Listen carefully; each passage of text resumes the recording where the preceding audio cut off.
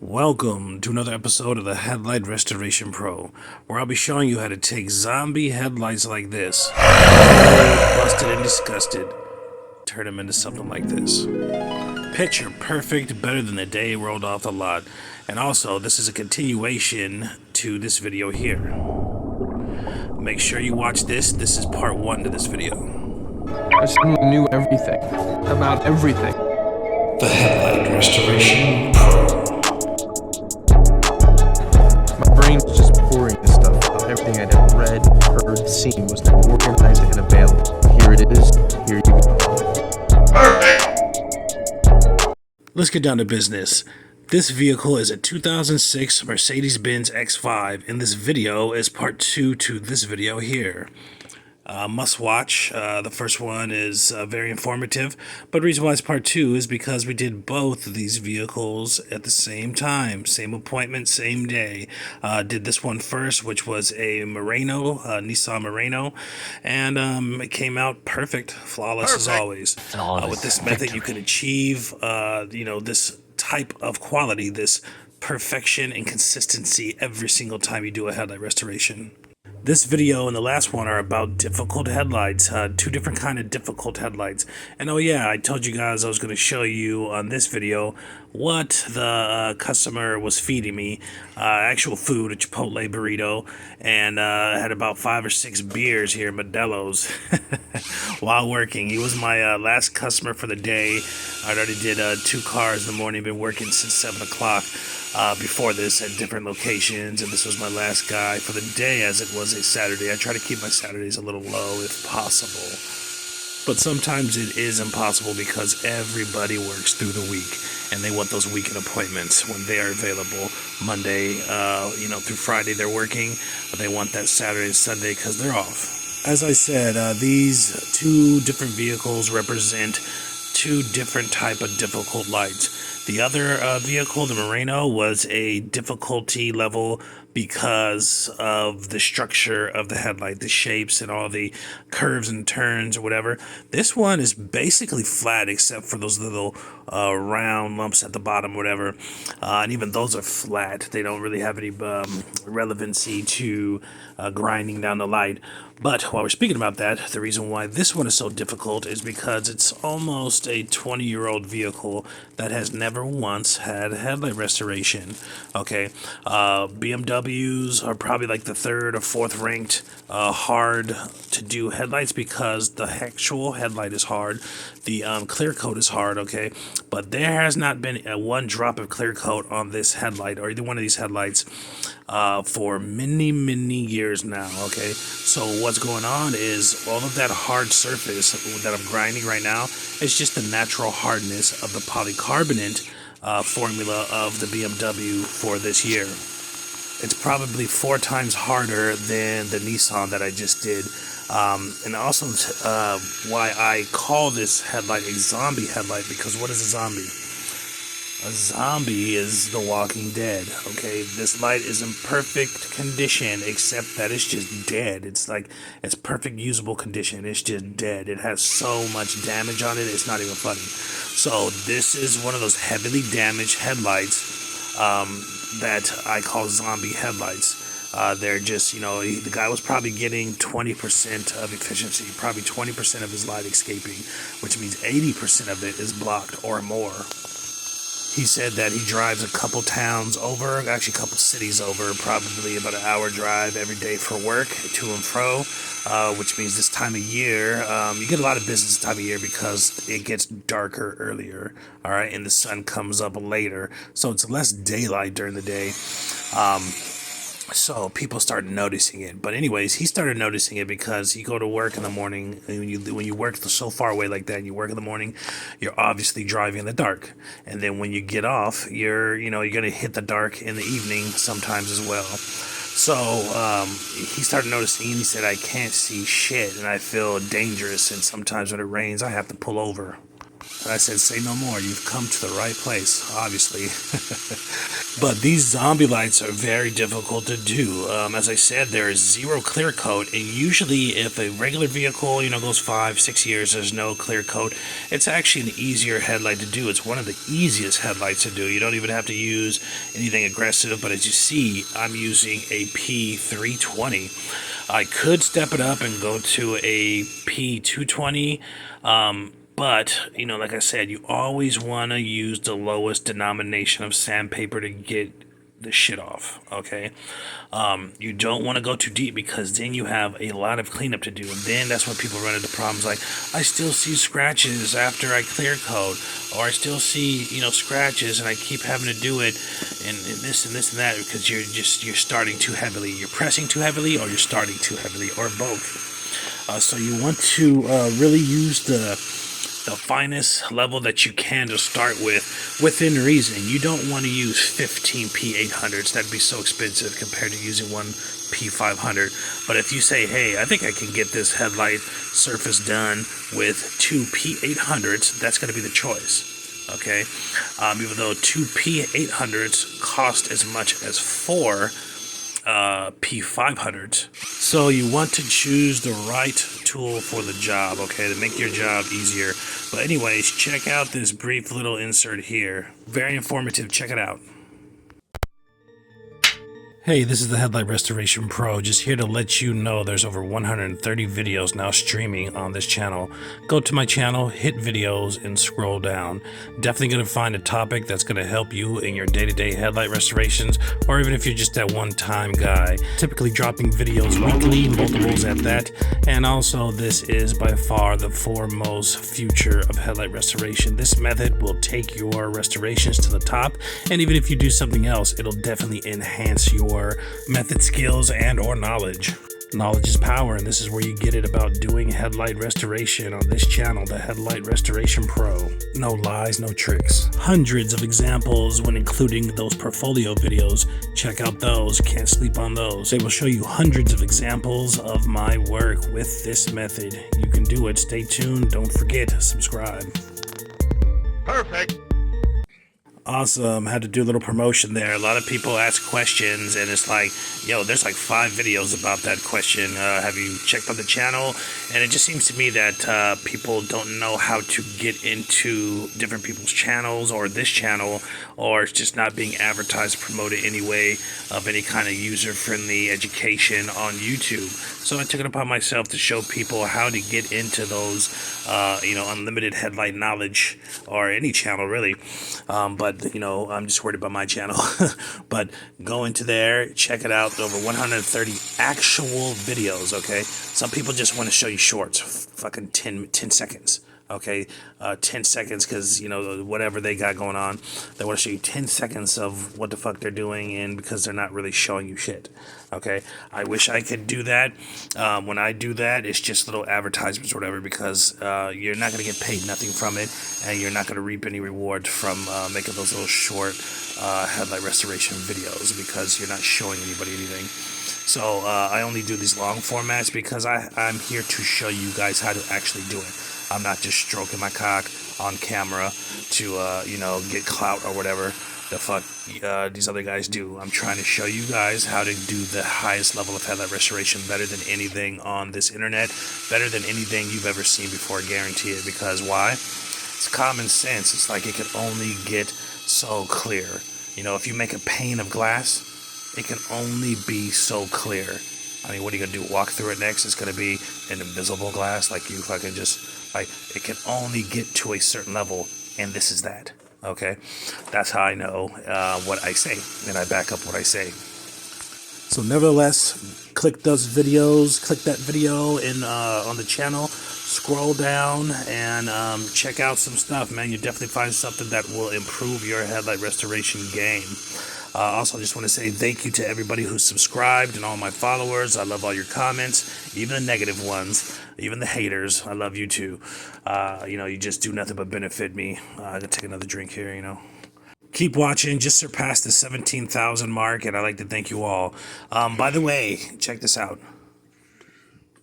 Gotta be a little quiet here. And just let you know, hand strength, even though this is more like ballet, hand strength has a lot to do with headlight restoration. Okay? I could show a child to do it, okay? But holding the drill still is a different story. A lot of people have an issue with that. It's non-existent to me. If the drill was 50 pounds, I'd be up here doing it, okay? Hand strength is something really good with headlight restoration. Hand and finger strength will improve your headlight restoration. So if you wanted to do an exercise to improve your headlight restoration, it wouldn't be any forearm, it wouldn't be any arms or whatever like that. It would be your hand strength, your finger strength, all those things like that, to manipulate all these little pads and discs and holding this drill still. My hand strength has, like, I'm really strong. Okay, I'm just gonna put it out there. I'm not, tooting my horn or anything, but I'm surprisingly strong. But with my headlight restoration, it has like literally improved my hand and finger strength enormously. I used to get sore. I would go and be like, by the end of the week, my palm would be sore, my wrist, my fingers, and my finger joints and stuff would be sore from top of my hand from doing so many headlight restorations. But I haven't been sore in a long time, like a year or two. So your hands get really strong doing this, holding these drills still. And just showing, that's one of the things I do, and that is on the first video I said I was going to show you how I got that red mark on my finger, because I already crunched like 5 cans like that, one-handed crunch or whatever. So it's just something I do, just something I want to show you. Just hand strength will definitely improve your ability to control everything, to apply that finesse. Okay, it's kind of like I don't know, a football player holding up a ballerina so she can be light on her feet, metaphorically. All right, the super strength is there, but the strength is only there to aid the finesse, to aid the sensitive touch, if that makes sense. But yeah, it's about 1 o'clock in the evening on a Saturday, and I'm about 5 Modelo's in. I'm not a heavy beer drinker. I can't remember the last time I drank before this, but every once in a while, the customer's like, "Have at it, man. Here you go." He had a refrigerator out here. He kept coming to get beers. He kept, coming to give me beers.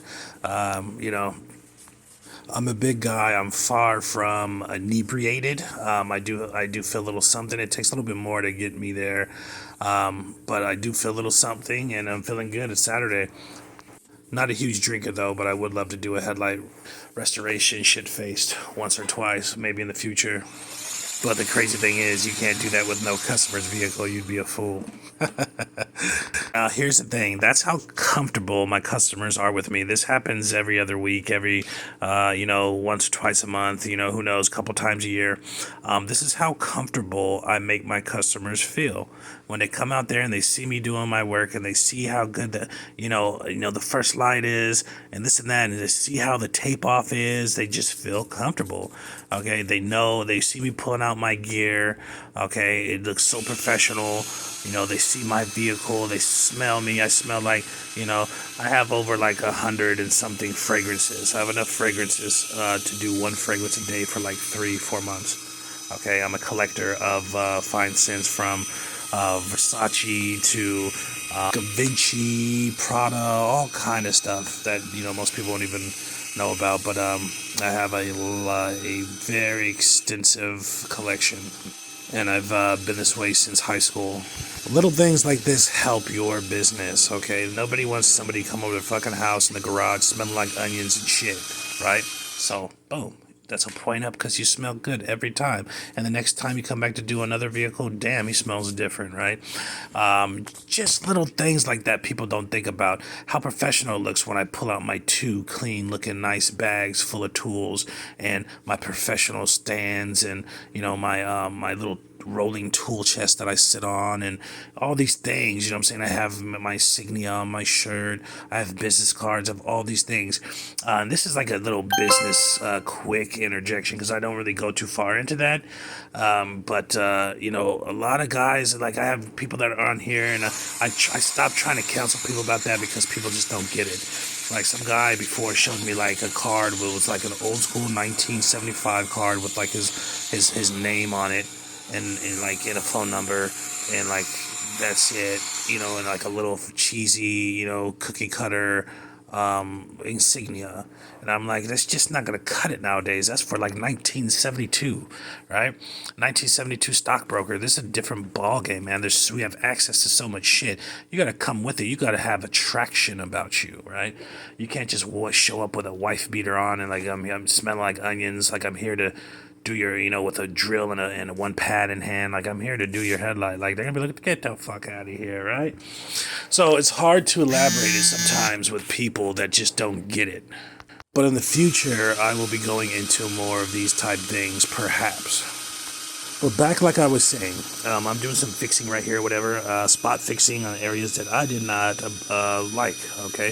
And you're going to have to typically do this a lot when you use those heavier grits. Once you surpass 500, the P500, you're going into territory where you're going to have blemishes and shit left over, no matter how good you are, no matter how finessed you are with your skill, okay? You see, I'm one of the best, and I'm still going over this, you know, and I'll probably have to go over it again. But you know, just doing those spot checks or whatever. So you definitely want to use the least amount as possible, or better yet, the least denomination as possible. You know, as these go, the lower it goes, the heavier grit it is, okay? So you want to stay away from those little low ones, you know, those 180s, those 220s, those 320s. Anything after 500, 500 is pretty abrasive, but some lights like this would laugh at it. I estimated that it would have took about 10 to 12 P500s to take all this shit off. But instead, you know, that's why I gauge it with the P500 first. Instead, I used the 320s to get all that stuff off. And I'm going to have to, I've been really focusing on that, and what I notice is I'm going to have to put a more heavier outstanding order for the P800, or grits lower than the P500, because I've been running into a lot of lights, and I think it's evolution, and I think it is knowledge, and I think it's experience, that I am hitting a point where I'm finding that a lot of lights can just use P800, and it would make your life easier and make your headlight restoration come out better, where you're not sitting there worried about scratches or striations or weird blemishes or whatever, because you used a demolition disc on something that didn't need so much demolition, more of a rehabilitation per se, or a renovation. So I've been really eating up my P800s. It's more expensive, but it's like, in the long run, in the long scheme of things, if you're buying in bulk, or even if you're not, it's, you know, time is money.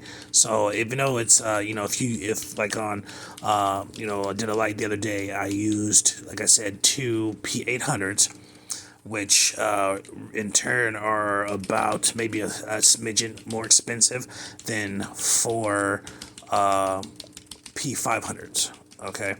So there's a price difference, there's economics involved in that as well, but it's worth it because it'll save you time skipping that step. It'll save you time by when you skip that step, not only because it's not there, but because you're not having to do a lot of cleanup and a lot of spot fixing and a lot of other shit. You know, it just, you know, when you're using that P800 or, you know, a P1000 or something like that, it's a lot finer grit, a lot smoother grit, and those white pads and those white papers, the white paper ones, okay, like the P800 versus the yellow, the white is even more extremely put together better. That's why they're more expensive, okay? Think about it. They're not going to charge you more expensive for something that's less. They're charging you more expensive that something is more. So those P800s are very well put together, and they make scratches very small ones that you can't even really tell that a 3000 Trizac will get out like it's nothing top of this polishing or whatever. But anyways, these lights that are zombie lights are freaking very temperamental, and they're very difficult to do because, like I said, there's 100% no clear coat on there. So all that damage was 100% on the surface of the polycarbonate. So here's the thing. You have to know how deep to go.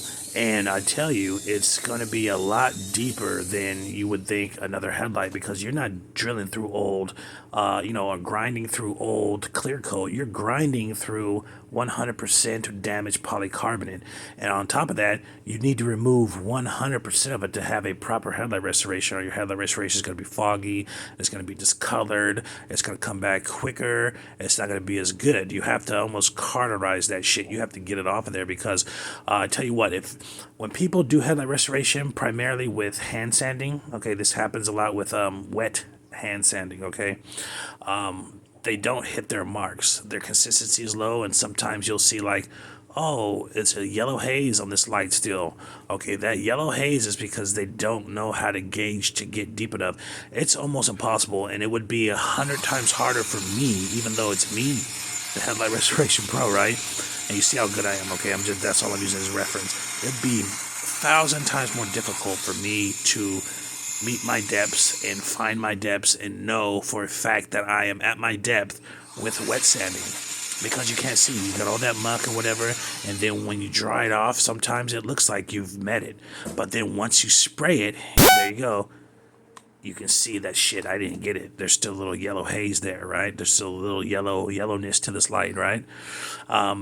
With that is because partially it's an inferior method, and it's an inferior method of sanding on top of that. Because with this method, once you do that, say it's almost non-existent because you're dry sanding. You can see it and feel it come off, okay? Very easy.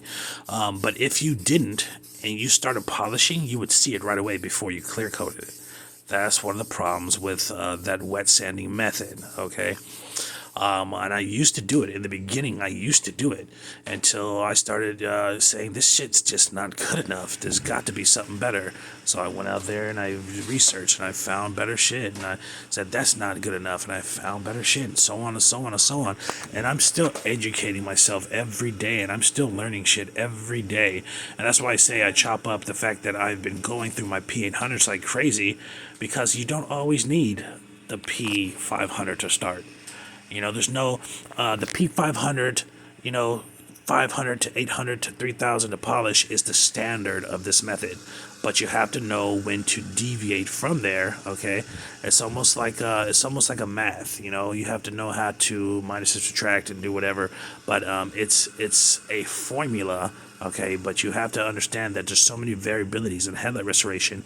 There's so many different headlights you're going to be doing, and different types of degradation and shapes and hardnesses and all that shit. You have to be able to adjust and know when to adjust. And look at this light. This one is the one that wasn't as bad as that other one. All right, now look at that. Damn. Now tell me about that. So anyways, make sure you check out part 1 if you're watching this, because part 1 is just as interesting. Here it is right here. Go check it out. Stay tuned. I suddenly knew everything. About everything. The Headlight Restoration Pro. My brain was just pouring this stuff out. Everything I'd ever read, heard, seen was now organized and available.